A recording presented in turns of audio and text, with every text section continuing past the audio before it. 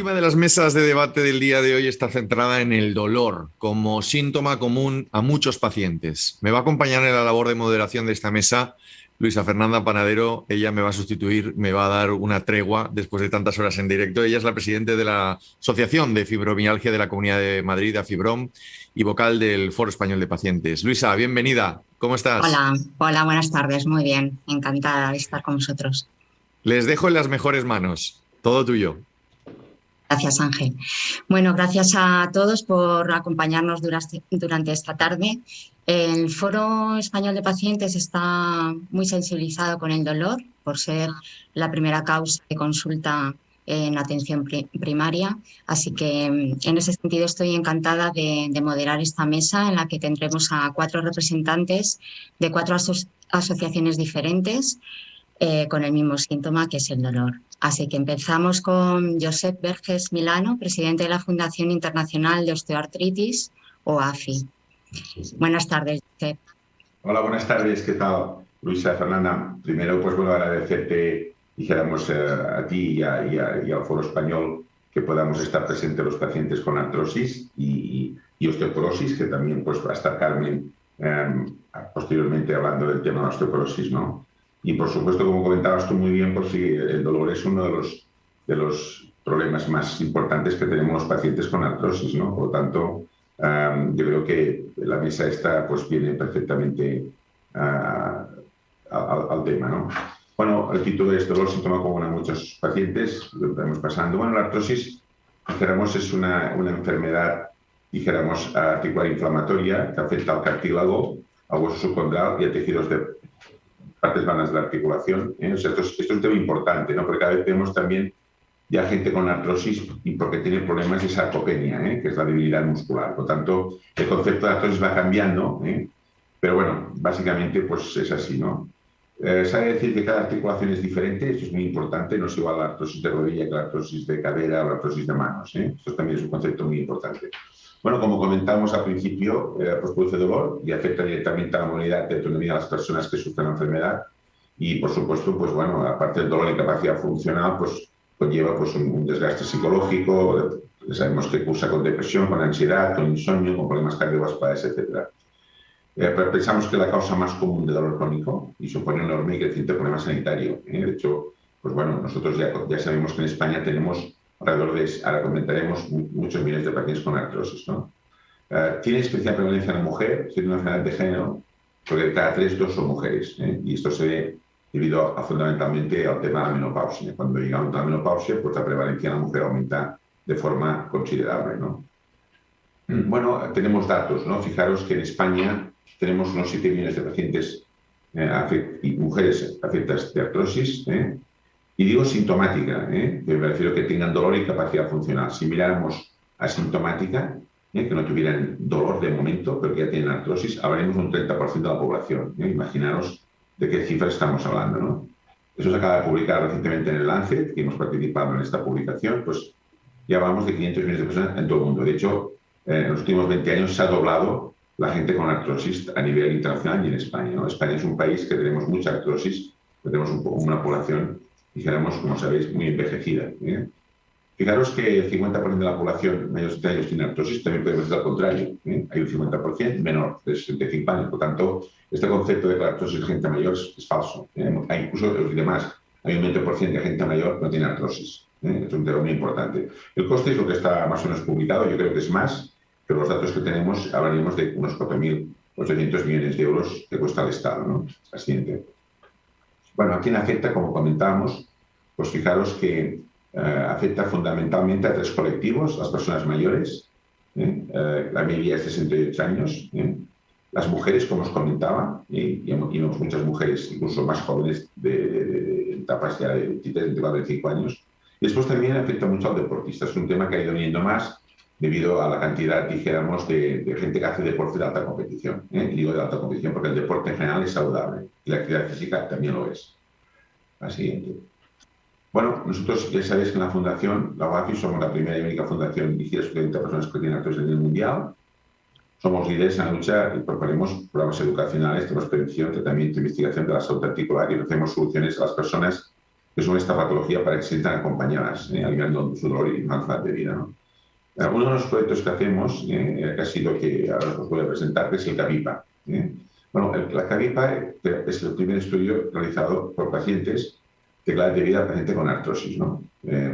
Hemos hecho una encuesta muy bien hecha, muy bien considerada, incluso pues, se pidió autorización al comité ético, que también fue el comité ético de la paz, con un comité de expertos. También hemos incluido los 208 pacientes, ¿no? De forma, claro, no puedo explicar todo el estudio por tema de tiempo, como os podéis imaginar. Los resultados evidencian el gran impacto que tiene la artrosis sobre la calidad de vida de las personas. Las necesidades de los pacientes recaen sobre todo en la falta de información, comprensión y los tratamientos, como sabéis. La artrosis tiene muy pocos tratamientos, ¿no? Por tanto, es un tema a tener en cuenta, ¿no? Fijaros, de una forma resumida, los resultados que hemos visto de la CAVIPA, ¿no? Fijaros que es alucinante, ¿eh? Lo hemos repasado muchas veces, ¿no? Tenemos un promedio de 3 años en hacer el diagnóstico de la enfermedad. Cuando el diagnóstico de la artrosis se hace, vamos, es fácil, es clínico. Como mucho puedes hacer una radiografía. Muchas de las resonancias que se hacen son innecesarias. Muchas resonancias se hacen por medicina que decimos defensiva, ¿no? Claro, una persona esté 3 años para dar el diagnóstico, pues es lamentable, ¿no? Porque, lógicamente, pues esta persona lo pasa mal, no se siente bien, va dando vueltas, etcétera, ¿no? Y también otro tema muy importante es contra más retraso, más percepción de falta de salud y la satisfacción que tiene el tratamiento, ¿no? Y más coste de la enfermedad. Por lo tanto, que es un tema muy importante, ¿no? El 94% parece una comorbilidad. O sea, la artrosis no va sola, ¿eh? ¿Vale? Lo que os comentaba al principio es que hemos visto que la primera comorbilidad es la depresión y la ansiedad. O sea, cuando hablamos de artrosis, como tiene dolor, pues la persona, pues claro, no puede hacer su vida normal, pues se siente mal, pues se deprime y tiene ansiedad, ¿vale? Entre el 30 y el 40% de las personas que han implementado medidas dietéticas, el 78% no han notado mejora en su artrosis. Después también hay un tema muy importante, es que falta mucho tiempo por parte del profesional sanitario para explicar bien a los pacientes cómo hacer las medidas higiénico-dietéticas, cómo perder peso, cómo hacer una rehabilitación en casa. Todos estos temas necesitan tiempo y el médico, por desgracia, no solo lo quiere hacer, es que no tiene tiempo, ni la enfermería tampoco te puede explicar, ¿no? Por lo tanto, estas medidas higiénicas son tan importantes, a la práctica no se llevan a término por falta de tiempo. 59% sufren limitaciones estudiantiles diarias y el 33% ha cogido la baja laboral. Imaginaros, ¿eh? O sea, 3 bajas laborales de cada 100, 33% tienen baja laboral. Por tanto, es un tema muy importante, ¿no? Y la primera palabra que le viene siempre a los pacientes, pues es el dolor, ¿no? Eso por eso van al médico, ¿no? Las necesidades pues son más información, esto hemos visto, y piden más tratamientos, ¿no? ¿Vale? Por tanto, incluso cuando les hablamos cómo consiguen su salud, pues la consideran regular, tirando a mal, ¿eh? Por tanto, y estas son las conclusiones más importantes que hemos sacado del CAVIPA, ¿no? La siguiente. Bueno, claro, nosotros siempre digo que tenemos un problema, pero planteamos una solución. ¿Cuál es la solución? Pues que los pacientes estén implicados desde el principio en su enfermedad. ¿Cómo? A través del modelo ARTO 160. Es un nuevo modelo asistencial para las mejoras de la artrosis. Entonces, ¿cómo lo hemos hecho? Pues lo hicimos conjuntamente con las sociedades de primaria, con Semergen y SEMSENFI, con traumatología SETRADE, con la Asociación de Traumatología, con la CEFAC, con el apoyo, dijéramos, también de la Escuela de Enfermería, y con el apoyo también de la SECA, y ahora pues tenemos otras sociedades que también se quieren añadir, ¿no? Básicamente lo que queremos es mejorar el proceso asistencial mediante la protección activa de los pacientes, ¿no? La propuesta nuestra implica dar voz a los pacientes de artrosis, promover la participación de los pacientes en las políticas de salud pública, investigación y en el modelo de gestión. Fundamental, como sabéis, y aquí pues, no hace falta que os lo diga porque somos todos pacientes, ¿no? La importancia de la participación nuestra en torno a nuestras decisiones. El tema de reducir tiempo de espera para el diagnóstico está claro, ¿eh? Tomar medidas farmacológicas y no farmacológicas para mejorar la presión de la artrosis y mejorar la condición de vida del paciente. Tener más en cuenta las comorbilidades, esto es muy importante. Nosotros dijéramos, pues bueno, sabemos que, como os comentaba, la artrosis no va sola, depresión, ansiedad, insomnio, pero también enfermedades cardiovasculares. Por tanto, es muy importante, en ese sentido, pues que los fármacos que se utilicen sean seguros. Y ahí pues tenemos que ir con cuidado con la utilización de forma crónica de analgésicos mayores y antiinflamatorios. Y aquí también hubo el tema de los ISADAs, concretamente el Condutin, y la combinación que sabéis que defendimos, y gracias a todas las asociaciones de pacientes hemos conseguido que esos medicamentos continúen estando financiados. Ya hago el Condutin y la combinación. Y también muy importante la mayor sensibilidad social y comprensión a los pacientes y sus problemas. O sea, son pacientes que no se sienten comprendidos. Yo siempre digo que parece que es una enfermedad que no tiene glamour, que es una enfermedad grave. La siguiente. Bueno, nosotros presentamos en su momento el artículo 60 del Ministerio de Sanidad, justo antes de la COVID. El otro día, esto fue hace unas 4 semanas, en el Congreso de los Diputados, el Congreso del Senado, presentamos también al Grupo de Sanidad pues este modelo para que, hablándoles de que tenemos un problema que es un tsunami, que viene de la patolocomotor fundamentalmente por la artrosis y, como os comentará Carmen Sánchez de aquí un momentito, también de la osteoporosis, ¿no? Siguiente. Bueno, nada más, muchas gracias y quedo a vuestra disposición para las preguntas que creáis oportunas. Y muy agradecido de nuevo al Foro Español por dejarnos participar en este importante evento. Muchas gracias. Bueno, todas las cifras son muy impresionantes. Me quedo con la importancia de las asociaciones al ver, como dices, ¿no?, que hay falta de tiempo para explicar, para informar a los pacientes, ¿no? Esto, qué importante y qué labor las asociaciones, que si no fuera por vosotros, pues los diagnósticos evidentemente serían mucho más retrasados y no podrían ser pacientes activos, que es lo tan importante, ¿no? Exacto. Bueno, ahora doy paso a Inma Striche, vicepresidenta de la Asociación Española de Afectados por el Cáncer de Pulmón. Buenas tardes, Inma. Quítate el micro o póntelo.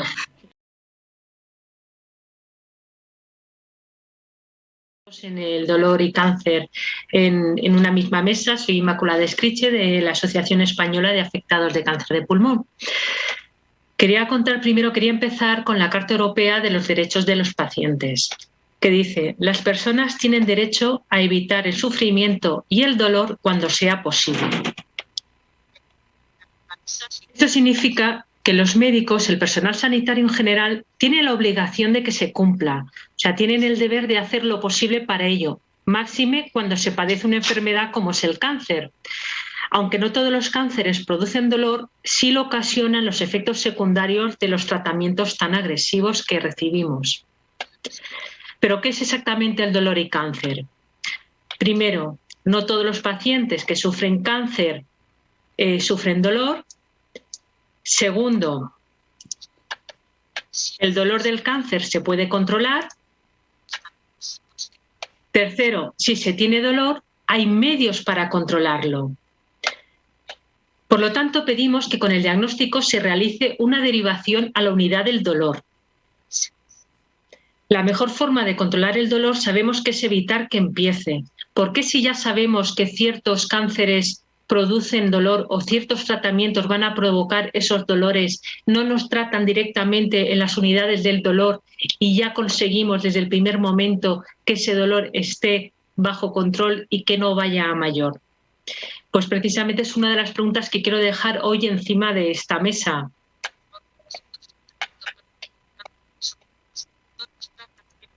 A ver, sale. Pero luego también nos hablan cuál es el dolor normal. Siempre nos dicen, hay dolores que sí que son normales, otros que no pueden ser derivados de la enfermedad, pero ¿cómo sé yo que cuando ese dolor que tengo es normal o no lo es? ¿Cuándo sé si es un dolor leve, moderado o grave? ¿O cuándo sé si debo de acudir directamente a urgencias, al ambulatorio, al médico de cabecera, o quedarme en la cama y ya se pasará ese dolor?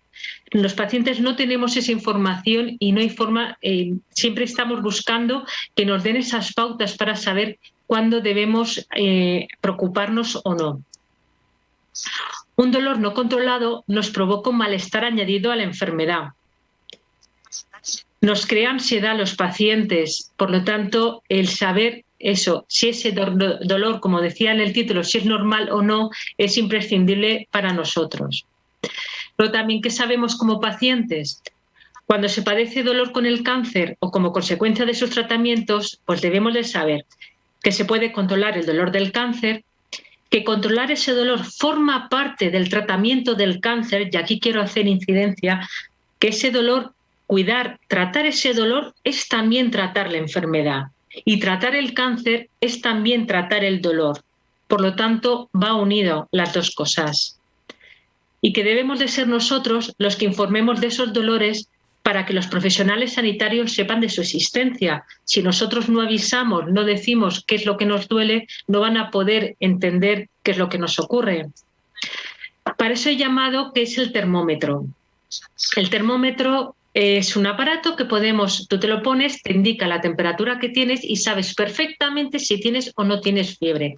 Pero en cambio, cuando tú tienes cáncer, o sea, cuando tú tienes dolor, no existe ese aparato que tú pruebes, que tú te pongas y te diga exactamente qué dolor es, cómo es y demás, sino que ese termómetro somos nosotros los que tenemos que indicar cómo es y cómo nos va a doler, indicando primero dónde nos duele, en qué parte, cómo es ese dolor, si es constante, si es fuerte, la intensidad, si es irruptivo, si es flojito, cuál es la duración, si nos dura todo el día, si es algo puntual, si cuando empieza no hay forma de pararlo, a la hora se termina, cuándo aparece, en qué momento nos aparece ese dolor, cómo nos afecta. Ese dolor ya no me permite poder vestirme, ya no me permite poderme duchar sola, ya no me permite hacer mi actividad cotidiana, o sea, cómo nos afecta realmente el padecer ese dolor y qué lo alivia o qué lo empeora. Pues cuando llevo un rato de pie, el tumbarme me mejora, o al revés, si me tumbo no lo soporto, me tengo que incorporar,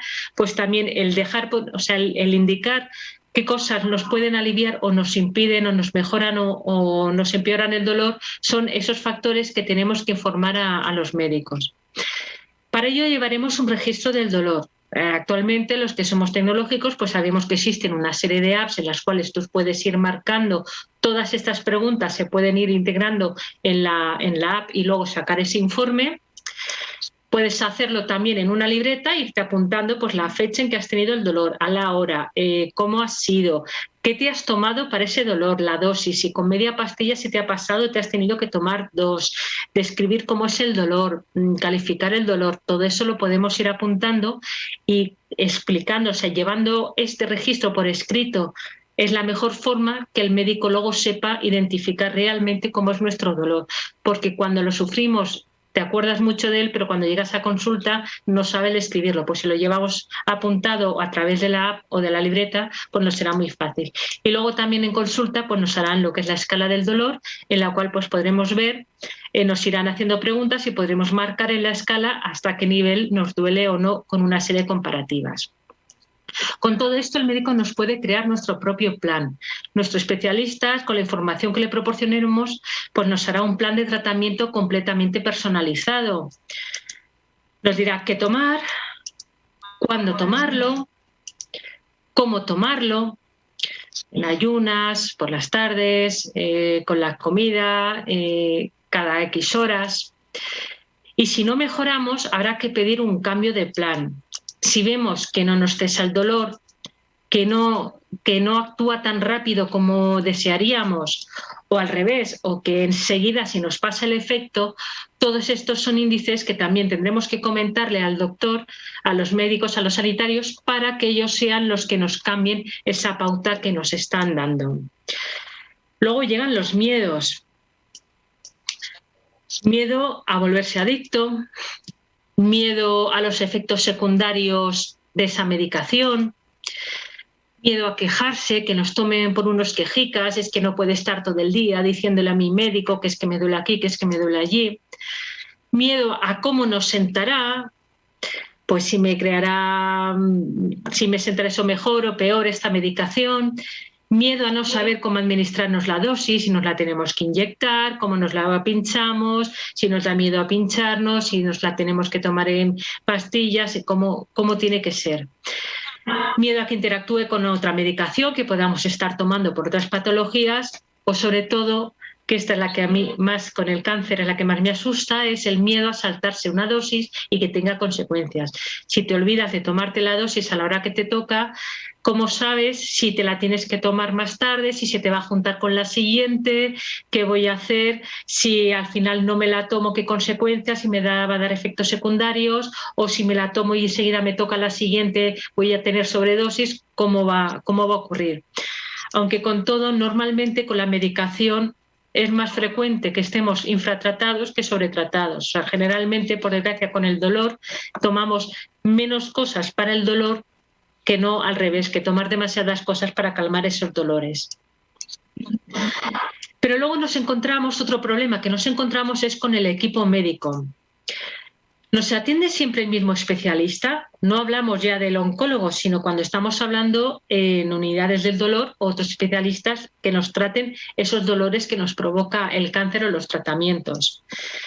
Cuando vas, tenemos, por suerte en España, tenemos una sanidad pública que es maravillosa, que tiene un sistema sanitario fenomenal, pero muchas veces cuando te trata un equipo y cuando vas no siempre es el mismo médico el que te está viendo.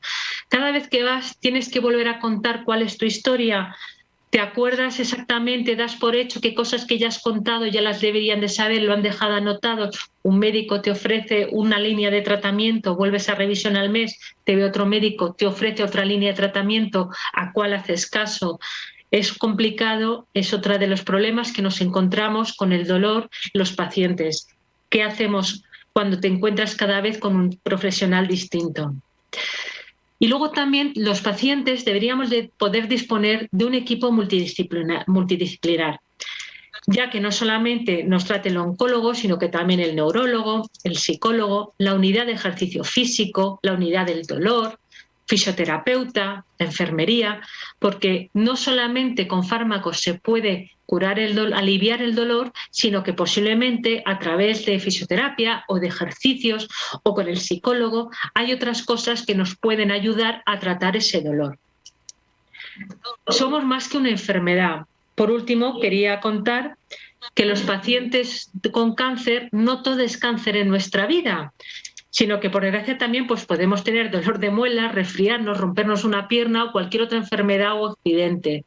Pero ¿qué ocurre? Cuando somos pacientes oncológicos, en el momento que vas a urgencia y ves que eres paciente oncológico, ya no se atreven a ponerte una infiltración, a ponerte un tratamiento, siempre es consúltalo con tu oncólogo, háblalo con tu oncólogo. Entonces está muy bien que mi oncólogo me autorice o no a tomar según qué medicaciones, pero mi oncólogo es oncólogo, no es especialista para otras muchas patologías o problemas que podemos tener. Por lo tanto, es otra de las trabas que nos encontramos los pacientes con cáncer, que en el momento que cualquier profesional ve que somos paciente oncológico ya no se atreve a tratarnos. Muchas gracias por haberme dejado esta oportunidad de poner estas preguntas sobre la mesa y, que mejor dicho, que la mesa del dolor. Muchas gracias. La verdad es que escuchándote, si no dijeras la palabra cáncer, creo que muchas patologías empatizarían con todo lo que dices, ¿no? Con los miedos, con las dudas, con el desconocimiento del propio dolor del paciente, con que si ya dices que tienes una enfermedad ya no parece que no tienes otra. En fin, muy, muy interesante todo lo que has dicho, Inma. Espero que tengas respuesta a por qué nos tratan antes de que aparezca el dolor, porque sin duda la vida con dolor es muy, muy diferente. Ahora doy paso a Ana Vázquez, presidenta de la Liga Reumatológica Española, LIRE. Muchas gracias, Luisa. La verdad que he tenido el privilegio de ir detrás de dos grandes, ¿no? Tanto Inma como el doctor Josep, con lo cual me va a resultar muy fácil hacer un resumen de un poco de lo que han hablado ellos. Primero me gustaría felicitar a todas las entidades que trabajan con enfermedades reumáticas, porque estamos dentro del mes de las enfermedades reumáticas, que es octubre. Así que felicidades a todos aquellos que hacéis visible nuestras enfermedades. A la siguiente, por favor, sí. Yo cuando pensé en hablar del dolor, dije, pues habrá que hacer una definición, algo, ¿no? La siguiente, por favor, Sergio. El caso es que, pues mira, definiciones de dolor. Y lo que veo que se repite constantemente es que es una sensación y desagradable, por supuesto. Que también hay que decir que tiene, y ya lo sabemos y a nadie le extraña ni le escandaliza, que tiene muchos componentes subjetivos. Sergio, cuando puedas pasar a la siguiente. Gracias. Ahí. Vale, entonces, Tenemos, evidentemente, asociado al dolor componentes, como decía, subjetivos. ¿Esto significa que no, el dolor no sea real? No, claro. Lo que pasa es que es verdad que lo vivimos de distinta manera. ¿Y por qué lo vivimos de distinta manera? Pues porque hay una dimensión cognitiva, una dimensión sensorial y una dimensión afectiva. Esto guarda relación, por ejemplo, en la dimensión cognitiva de nuestras experiencias previas, incluso aspectos culturales, ¿vale?, que hacen que entendamos o enfrentemos el dolor de distinta manera. En la dimensión sensorial, pues podríamos citar, entre otras, pues lo que es la percepción y lo que nosotros entendemos como intensidad. Y por último, en una dimensión afectiva, pues estarían todos esos componentes emocionales, el estrés, la ansiedad o incluso cómo nos encontremos emocionalmente en ese momento. Siguiente. Bueno, aquí vienen los datos, que la verdad que Josep lo ha hecho tan extraordinariamente bien que yo solo me voy a parar en dos y por ponerle más el foco, ¿no? Se estima que... hay un micro abierto, ¿puede ser? ¿Sí? Vale, se estima que en el dolor crónico están... A ver, lo tengo aquí el dato. Un 17% de la población tiene dolor crónico. Pero esto, claro, aumenta mucho cuando se trata de las enfermedades reumáticas. Nosotros decimos nuestra población o nuestro colectivo, el 90% tiene dolor. El impacto pues es bestial y es de más del 50% en muchos casos a nivel familiar, de depresión, alteraciones en el sueño o el aislamiento. Y de esto hablaré muy poquito porque Inma lo ha abordado, ha contado esto, bueno, pues, de una forma además muy emotiva. También quería incidir un poquito en, sí, ya uso una pincelada nada más, en lo que ha dicho Josep, ¿no? Y es que el dolor crónico es la segunda causa de consulta en atención primaria. Y en cuanto al aparato locomotor, digamos, las partes del cuerpo que más duelen o por las que más vamos a consultas es la espalda y los miembros inferiores. La siguiente. Queda muy feo siempre hablar de economía, de lo que costamos, pero hay que hacerlo. Entonces, en el dolor y en enfermedades reumáticas también, porque casi va asociada a enfermedad reumática a dolor,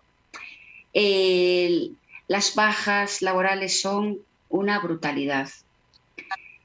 Yo creo que estas cifras no son mías, están recogidas de personas que han recogido muy bien seguramente estos porcentajes, pero yo creo que soy un poquito menos optimista, las subiría todas. Y habla ahí del 30% de baja laboral a consecuencia del dolor.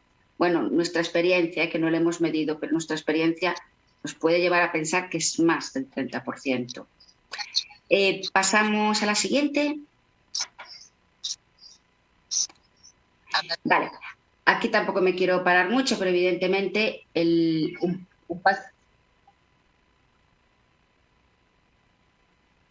¿sí? Vale. El paciente, evidentemente, con dolor va a tener afectadas todas las áreas, la laboral /educativa, que a veces pensamos que el dolor solo es algo que afecta a adultos y hay muchos niños afectados de dolor crónico. Entonces, en el aspecto, en el área laboral /educativa o formación. En su área social, pues evidentemente la autoimagen, no nos encontramos igual, no nos relacionamos igual, no nos apetece cuidarnos. El autoestima también, en la vida sexual, que muy pocas veces se habla de esto, ¿no? De la vida sexual y el dolor. En la vida diaria, en las actividades de la vida diaria de personas con enfermedad reumática asociada a dolor, que os comentaba antes que era el 90% de este colectivo, las actividades de la vida diaria están afectadas todas. Siguiente. El perfil psicológico y ocupacional, que ahí se me fueron un par de letras, una letra. En un paciente con dolor crónico, pues evidentemente una persona con dolor, que basa su vida en el dolor, está centrada en el dolor, no puede pensar nada más que en el dolor, lógicamente, porque es muy discapacitante, pues presenta disfunción ocupacional en todas las actividades productivas, destacando sobre todo las no productivas. Nos referimos, por ejemplo, a no hacer nada. Muchos de nuestros usuarios nos transmiten que no tienen actividad de ocio, no tienen actividad, pues a lo mejor laboral, porque están de baja o con incapacidad, con lo cual a la pregunta de ¿a qué le dedicas el tiempo? Es a nada.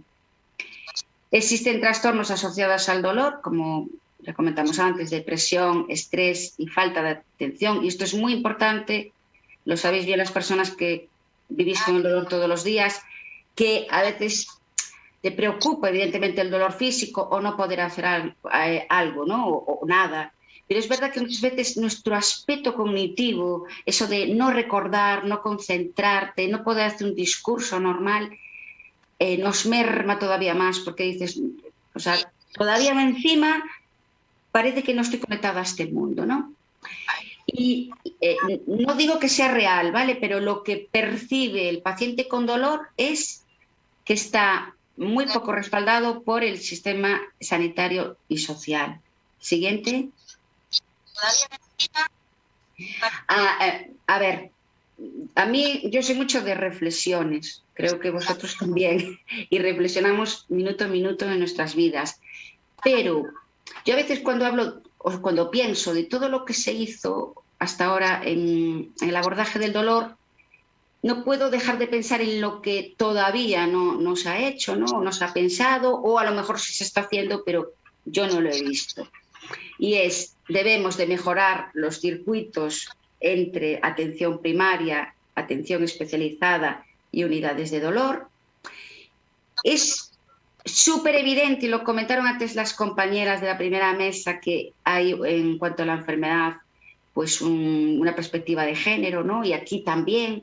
Y porque además, acordaros que la primera diapositiva de la presentación hablábamos de aspectos culturales, ¿no? Aspectos de experiencias vividas. Bueno, pues la mujer refiere tener mayor carga de dolor a consecuencia, pues, bueno, de lo que todos sabemos y de lo que no sabemos, que creo que merece la pena un capítulo para hablar de esto, de estas cuestiones. Después, atención al paciente pediátrico, que la verdad, bueno, pues cada vez se habla más, pero creo que debiéramos también dedicarle capítulos aparte. Atención al paciente geriátrico. Yo creo que el paciente geriátrico es el gran olvidado en todos los aspectos, también en el dolor.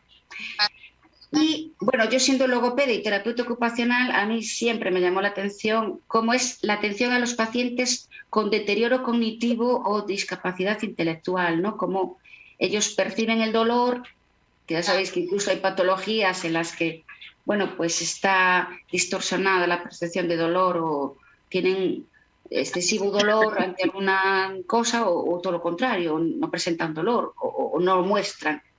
Y ni tampoco saben valorarlo. Me preocupa este capítulo. Pasamos, Sergio. Gracias. ¿Qué podemos hacer? Bueno, pues evidentemente yo soy máxima defensora, al igual que Josep, que ya lo oí muchas veces de su boca, que debemos de formar parte de los órganos consultivos, autonómicos, nacionales y bueno, pues locales y todos los que existan, sanitarios, sociosanitarios, educativos. Debemos también, bueno, pues potenciar las estrategias del dolor nacional, y mencionando estos grupos que acabamos de presentar, ¿no? O sea, ¿qué hacemos y cómo lo hacemos hacia el dolor de los ancianos? Bueno, ancianos no me gusta la palabra, personas más mayores, mujer, grupos de riesgo, grupos con discapacidad cognitiva o personas con dolor crónico y dolor oncológico y no oncológico. Y creo que con esto ya acabamos. Siguiente, Sergio.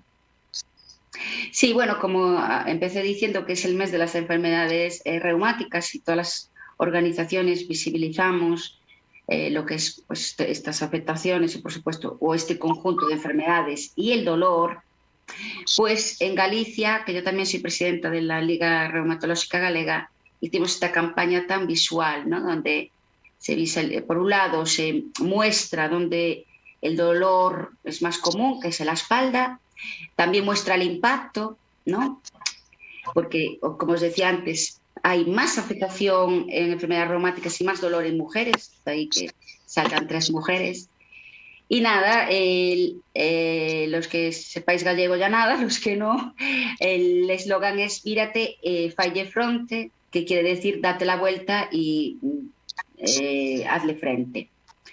Y una frase, bueno, muy bonita que elaboramos entre varias personas de la Liga Reumatológica Galega, en este caso. Me produce más dolor ver tu indiferencia. Y con esto concluyo y nada, muchísimas gracias y encantada de poder contestar a las preguntas si es que surgen. Gracias. Gracias, Ana. Bueno, una de las cosas que dices, bueno, todo desde luego se pone bien de manifiesto en todo lo que vais diciendo, cómo es la vida de una persona con dolor, ¿no? Cuántos problemas pueden surgir. Pones encima de la mesa el dolor pediátrico, que es algo de lo que yo creo que se habla muy poco o no se quiere hablar. Y yo creo que los niños en ese sentido vienen pegando fuerte y creo que es algo que hay que atender. Y si es difícil también, incluso el mismo paciente, poder hablar de su propio dolor o de distinguirlo, qué difícil en personas con discapacidad cognitiva. O sea, que has puesto ahí dos cosas sobre la mesa bien importantes. Gracias, Ana. Bueno, ahora doy paso a Carmen Sánchez Chicharro, tesorera de la Asociación Española con la Osteoporosis y la Artrosis. Buenas tardes.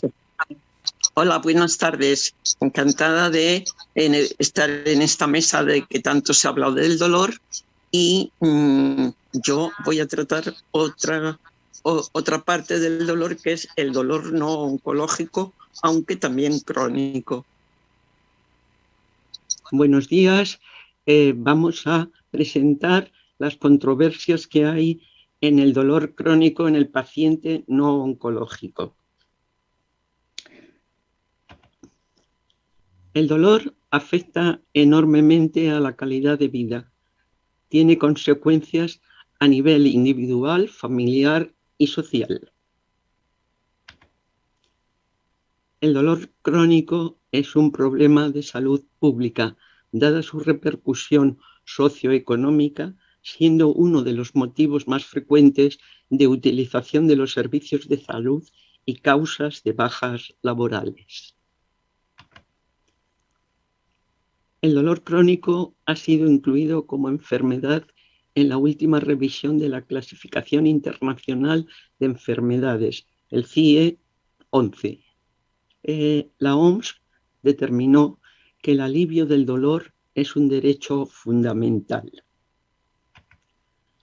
La Constitución Española de 1978, en su artículo 43, dice: se reconoce el derecho a la protección de la salud. Compete a los poderes públicos organizar y titular la salud pública a través de medidas preventivas y de las prestaciones y servicios necesarios. La ley establecerá los derechos y deberes de todos al respecto. Los poderes públicos fomentarán la educación sanitaria, la educación física y el deporte. Asimismo, facilitarán la adecuada utilización del ocio. ¿Dónde está el foco del sistema sanitario? El doctor Albert Joubert, fundador y primer presidente del Foro Español de Pacientes, decía: lo importante es el enfermo, no la enfermedad. Si el foco del Sistema Nacional de Salud es el paciente, la calidad es aportar valor al paciente y satisfacer las necesidades de la persona. La ley 14-1986 de 25 de abril en los artículos 4, 5 y 53 ordena que los servicios públicos de salud se organicen de forma participativa. El artículo 10.10 reconoce el derecho de los ciudadanos a participar en las actividades sanitarias y el 58 en los consejos de salud y de área. La Ley 41/2002 de 14 de noviembre, reguladora de la autonomía del paciente, exige la adecuada información y consentimiento de los pacientes, así como el respeto de las decisiones adoptadas libre y voluntariamente por el paciente. La toma compartida de estas decisiones son las actuales controversias cuando se impone un visado. ¿Qué diferencia hay en la fisiopatología del dolor del paciente con el dolor crónico oncológico y el dolor crónico no oncológico? El visado versus derecho a la toma compartida de decisiones. Si se exige este criterio administrativo del visado versus clínico, el paciente tendrá un escalón más para ver concedido ese medicamento que el médico que le atiende se lo dará. El visado frecuentemente contradice los consensos de las sociedades científicas. ¿Qué alternativa se le ofrece al paciente con dolor crónico no oncológico ante el dolor irruptivo, por ejemplo? Motivación económica del visado supone una calidad asistencial más o retrasa la adherencia a ese tratamiento que le ha prescrito su especialista. Aquí vemos las actuales controversias. Una fractura vertebral osteoporótica, que es un dolor crónico no oncológico, y en la otra radiografía se ve la fractura por osteosarcoma lumbar, que sí que hay una diferencia entre un dolor crónico oncológico y un dolor crónico no oncológico. El origen es diferente, pero el dolor es idéntico. Gracias, Muchas Carmen. Gracias por su atención. Bueno, escuchándote, parece que estamos como muy protegidos por las leyes. Luego la realidad del paciente parece en algunos casos o en muchos ser otra realidad bien distinta. Pero bueno, ahí están las leyes y ahí estamos las asociaciones y el foro en este caso para que se cumplan. ¿Hay alguna pregunta? Bueno, más que pregunta, hay alguna reflexión que nos han ido haciendo. Y bueno, pues dice una persona que por qué nos dicen que el dolor está en la cabeza y por qué nos dicen que no somos positivos, ¿no? Cuando vivimos con tanto dolor, con depresión y ansiedad por el dolor, que cómo es posible que nos digan esto, ¿no? Que cómo no somos positivos, cómo vamos a ser positivos si vivimos con dolor todo el día. Bueno, esta pregunta la podríamos lanzar, o esta reflexión la podríamos lanzar para cualquiera de vosotros, si alguno queréis hacer algún comentario al respecto. Sobre todo es que dicen que la tercera neurona está en el cerebro, y es que está el dolor emocional, que muchas veces ya no solamente es el dolor físico, sino que el dolor emocional es el que te colapsa y es el que te bloquea para poder seguir adelante. Entonces, hablar de salir adelante cuando vives con ese dolor, aunque cada uno tenemos el umbral del dolor a distintas alturas, a lo que a alguien le puede parecer una nimiedad, sin embargo, para otro puede ser tremendamente duro. Por lo tanto, nunca tenemos que infravalorar a una persona que está sufriendo. Es verdad que el pensamiento positivo ayuda, pero claro, en muchos casos es complicado y hay que estar guiados, ¿no? Y acompañados para esos procesos. Ana, alguien dice, bueno, como has dicho una frase, no es una pregunta, pero bueno, si quieres contestar a un comentario que dice, creo que es peligroso dedicarse a no hacer nada. Terminas obsesionado con el dolor, ¿no? O sea, bueno, como decías. Totalmente de acuerdo. Yo como terapeuta ocupacional te diré que intento que las personas ocupen ese tiempo. O sea, no hacer nada te lleva a pensar todavía más en el dolor. Y aunque solo, déjame un segundo para completar un poco lo que dijo mi compañera Inma. La gente tiene derecho a vivir, ¿no?, con los aspectos que comenté en la diapositiva, a vivir con el dolor como pueda. Quiero decir que es tan loable el que dice, pues mira, yo lo tengo ahí pero me olvido de él, como el que dice, es que a mí me amarga la vida y no quiero hacer nada. Todo es muy respetable, desde luego. En la osteoporosis hay un dolor siempre, siempre hay solapado, de alguna manera. No piensan los médicos que esté doliéndote tanto un hueso, y a veces piensan que no estás diciendo la verdad, pero cuando un nervio roza un hueso en la espalda, os aseguro que son unos dolores tan grandes que no eres capaz de soportarlo.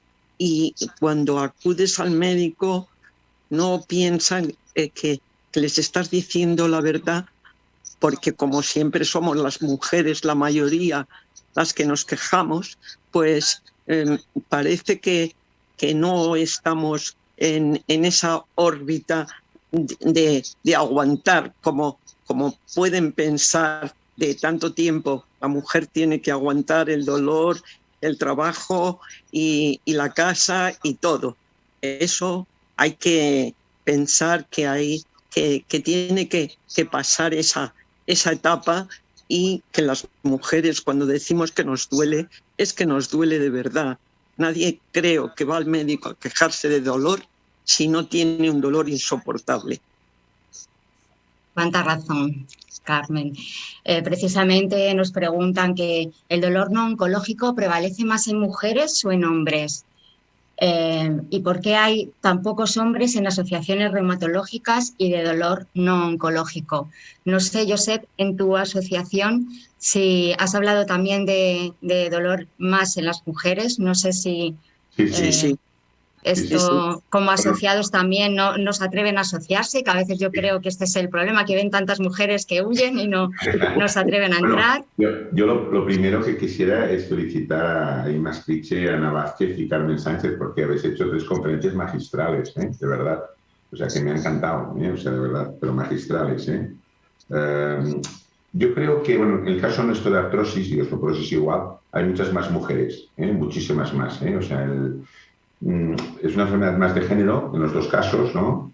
Pero yo creo que, tengo la impresión, sinceramente, ¿no?, pero quizás no hay datos esto publicados, pero yo creo que la mujer se cuida más.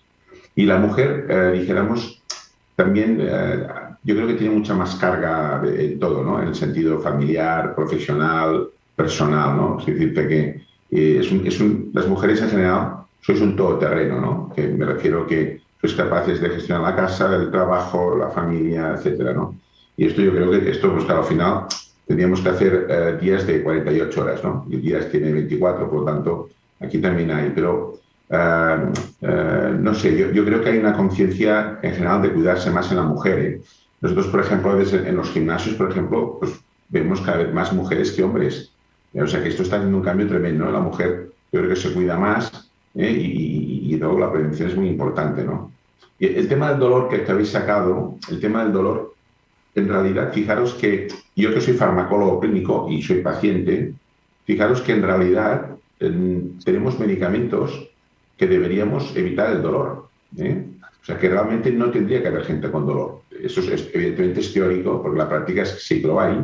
Y aquí es donde es muy importante la relación beneficio-riesgo, ¿no?, de los fármacos, ¿no? Es decir, cuando aplicamos un tratamiento farmacológico, no sé, el dolor, que puede ser derivado de la morfina o la propia morfina, un tramador, un fentanilo, etcétera, pues realmente pues tenemos que ir con mucho cuidado con la seguridad que hacemos, ¿no? Pero en teoría deberíamos de controlar el dolor, ¿no?